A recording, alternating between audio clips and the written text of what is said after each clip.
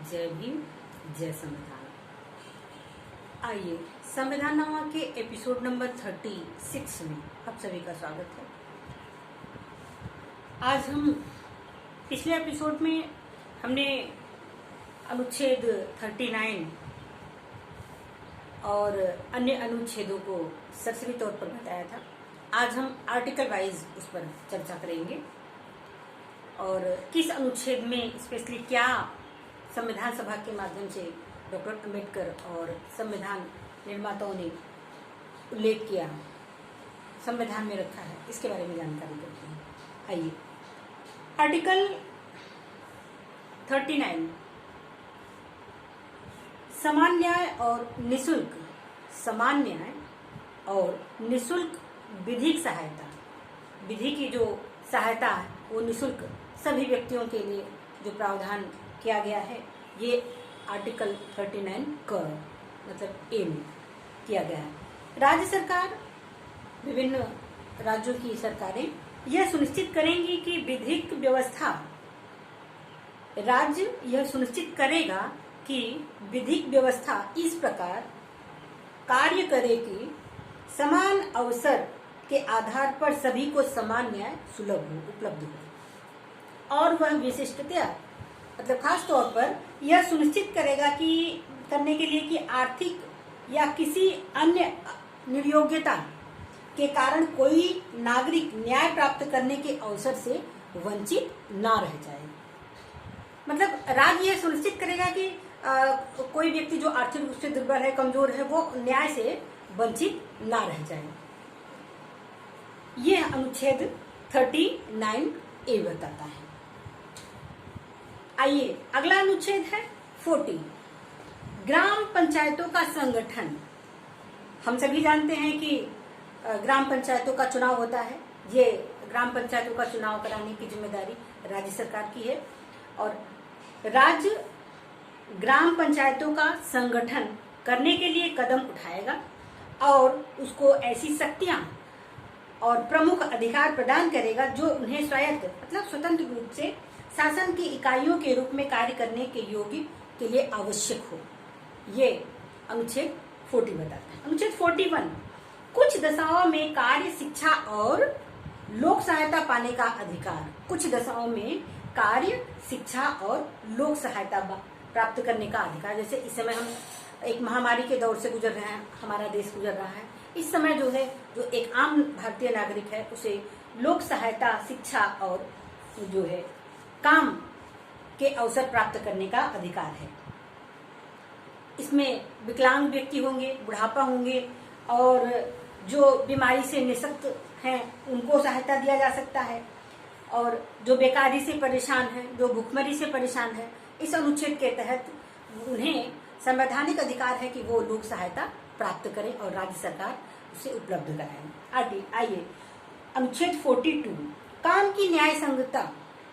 काम की न्याय संगत और मानवोचित दशाओं का तथा प्रसूति मतलब जो डिलीवरी के समय सहायता उपबंध करेगा। राज्य जो है डिलीवरी के समय जो सुविधाएं मिलती हैं, जो एक अलग अलग राज्यों में अलग अलग संभवतः डिलीवरी के छुट्टियों को उनका प्रावधान राज्य सरकार अपने स्तर पर करती है। जो छुट्टियां, चाहे वो पुरुष हो चाहे वो स्त्री हो, अगर पुरुष है तो उसकी स्त्री को के डिलीवरी के समय वो छुट्टियां पुरुष को मिलेंगी। अगर वो स्त्री है तो डिलीवरी के समय उसे उस स्त्री, वो कर्मकार जो स्त्री, जो कर्मचारी हैं, उनको ये सुविधा इस आर्टिकल के तहत प्रोवाइड कराई जाएगी। लेकिन इस समय थोड़ी सी चिंता का विषय है कि वर्तमान सरकार हमारी इन सारे प्रावधानों को धीरे धीरे सहने उसे समाप्त करने की ओर काम कर रही है, जो हम सभी को ध्यान रखना है, हम सभी को इसे संजो करके रखना है, क्योंकि ये कोई एक लोगों की बात नहीं है, बल्कि हर एक व्यक्ति की जरूरत है, हर एक मनुष्य की जरूरत है। ये मानवोचित दशाएं हैं वो सभी के जीवन में आने वाली है, चाहे वो हमारे अपने जीवन में हो, चाहे हमारे अपने समाज के जीवन में हो, चाहे वो स्त्री हो चाहे वो पुरुष हो, सबको इसकी बराबर जरूरत है और इन सभी को हमें संजो करके रखना है। आइए, अगला अनुच्छेद है आर्टिकल 43 कर्मकारों के लिए निर्वाह मजदूरी। कितनी दूर दूरदर्शी सोच हमारे संविधान निर्माताओं की रही है, दूरदृष्टि रहे, विद्वान व्यक्ति रहे हैं उन लोगों ने। कर्मकारों के लिए निर्वाह मजदूरी, जो मजदूर वर्ग है, जिसकी रोजी रोटी जो है एक मजदूरी के कारण, एक रिक्शे वाला, एक ठेले वाला, एक जो है सब्जी वाले के काम की जो जरूरत है, उन सब की भी चिंता संविधान निर्माताओं ने की। उन्होंने कर्मकारों के लिए निर्वाह मजदूरी, राज्य उपयुक्त विधान, हमारी राज्य सरकार उपयुक्त विधान आर्थिक संगठन द्वारा किसी अन्य रीति से कृषि के उद्योग या अन्य प्रकार के सभी कर्मकारों को काम, निर्वाह मजदूरी, शिक्षा जो सभ्यता के लिए जरूरी है, जीवन स्तर और अवकाश का संपूर्ण उपभोग सुनिश्चित करने वाली काम की दशाएं तथा सामाजिक और सांस्कृतिक अवसर प्रदान करने का प्रयास करेगा। और विशेष तौर पर गांवों में कुटीर उद्योग को व्यक्तिगत या सरसरी आधार पर बढ़ाने का प्रयास, सहकारी आधार पर बढ़ाने का प्रयास करेगी। और इस समय वर्तमान सरकार जो है वो एक नीति के तहत वो हमारे किसान भाइयों को भी जो है उद्योग के आश्रित करना चाह रही है, जो बिल्कुल भी उचित नहीं है। ये संवैधानिक अधिकारों का हनन है, क्योंकि हर एक किसान का अपना फंडामेंटल राइट है, अपना राइट है, वो जो है अपनी फसल को मंडियों के आधार पर और अपने दाम सुनिश्चित करके उसे बिक्री करे और उससे अपना जीवन स्तर बढ़ाए।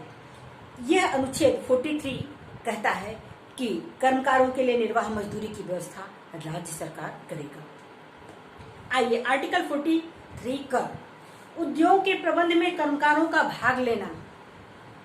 संविधान निर्माता जो है उद्योग के प्रबंध में कर्मकारों के भाग लेने की बात कर रहे हैं, और हम क्या कर रहे हैं?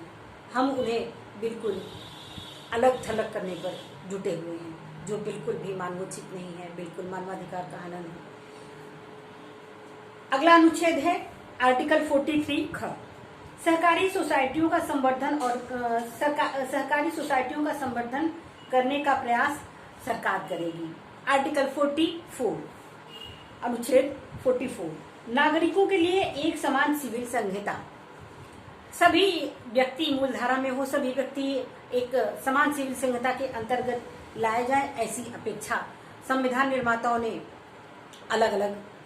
संविधान निर्माताओं ने समान सिविल संहिता की बात की है। आर्टिकल 45 कह रहा है 6 वर्ष से कम आयु के बालकों के लिए प्रारंभिक बाल्यावस्था की देखरेख और शिक्षा का उपबंध राज्य सरकार करेगी। राज्य सभी बालकों के लिए 6 वर्ष की आयु पूरी करने तक प्रारंभिक बाल्यावस्था देखरेख और शिक्षा देने के लिए उपबंध मतलब व्यवस्था का प्रावधान करेगा। ये आर्टिकल 45 कह रहा है हमारे बालकों की जो शैक्षिक व्यवस्था है, जो उनकी सांस्कृतिक जरूरत है, इन सब की देखभाल करने की जिम्मेदारी जो है राज्य सरकार की है। इस एपिसोड में हम इन सभी के बारे में बातचीत किया। आपको ये एपिसोड कैसा लगा हमें कमेंट करें, संविधान नामों को शेयर करें, कमेंट करें, सब्सक्राइब करें, बेल दबाना ना भूलें, जिससे कि आने वाली वीडियो में आपको एक अलग जानकारी संविधान के तहत जो हमारी संवैधानिक जिम्मेदारी है उसके बारे में हम बातचीत कर सकें। क्योंकि संविधान है तभी हमारे भारत की सुचारू रूप से व्यवस्था बनी रहेगी, क्योंकि संविधान ही एक ऐसा जरिया है, संविधान ही हमारे पास एक मूल दस्तावेज है जो सभी हिंदू, मुस्लिम, सिख, ईसाई, पारसी, बौद्ध, जैन इन सभी धर्मों को एक गुलदस्ते के रूप में संजो करके रखा है।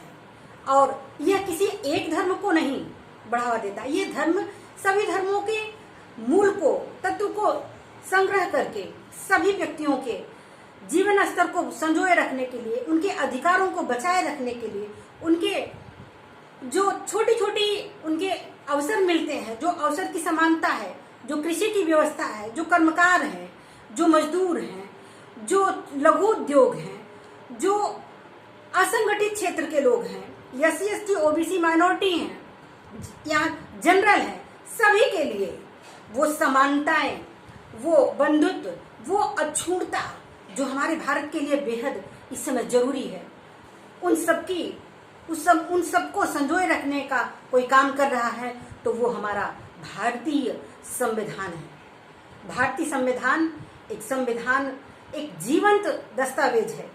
ये ऐसा दस्तावेज है कि अगर कहीं से कुछ जरूरत है तो हम उसको संजो सकते हैं संशोधन के माध्यम से।